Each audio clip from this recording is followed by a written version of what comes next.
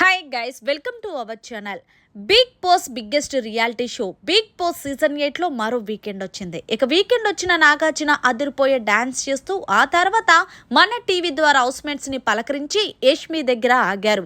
యష్మి, నిజంగా నేను నీకు చప్పట్లు కొడుతున్నాను అంటే థ్యాంక్ యూ సార్ అంది.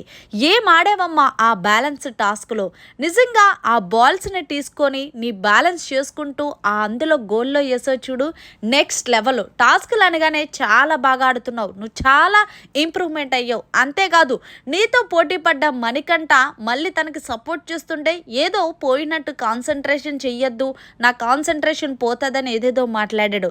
ఒక అబ్బాయితో తలపడి మరీ విజయం సాధించావు చూడు, నెక్స్ట్ లెవెల్. ఏదేమన్నా సరే సూపర్ ఆడుతున్నావు, ఇలాగే ఆడాలని నేను మనస్ఫూర్తిగా కోరుకుంటున్నానంటూ నాగార్జున యష్మిని ఆకాశానికి ఎత్తేశారు.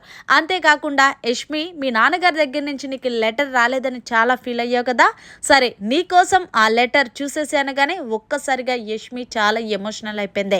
ఇక వాళ్ళ నాన్నగారు పంపించిన లెటర్ చూసి Yashmi thank you so much sir అంటూ, అలాగే thank you so much, love you పప్ప అంటూ చెప్పుకొచ్చింది. మరి మొత్తంగా నాగార్జున గారు యష్మిపై అన్న మాటలపై మీరేమంటారనేది కామెంట్ చేసి తెలియచేయండి.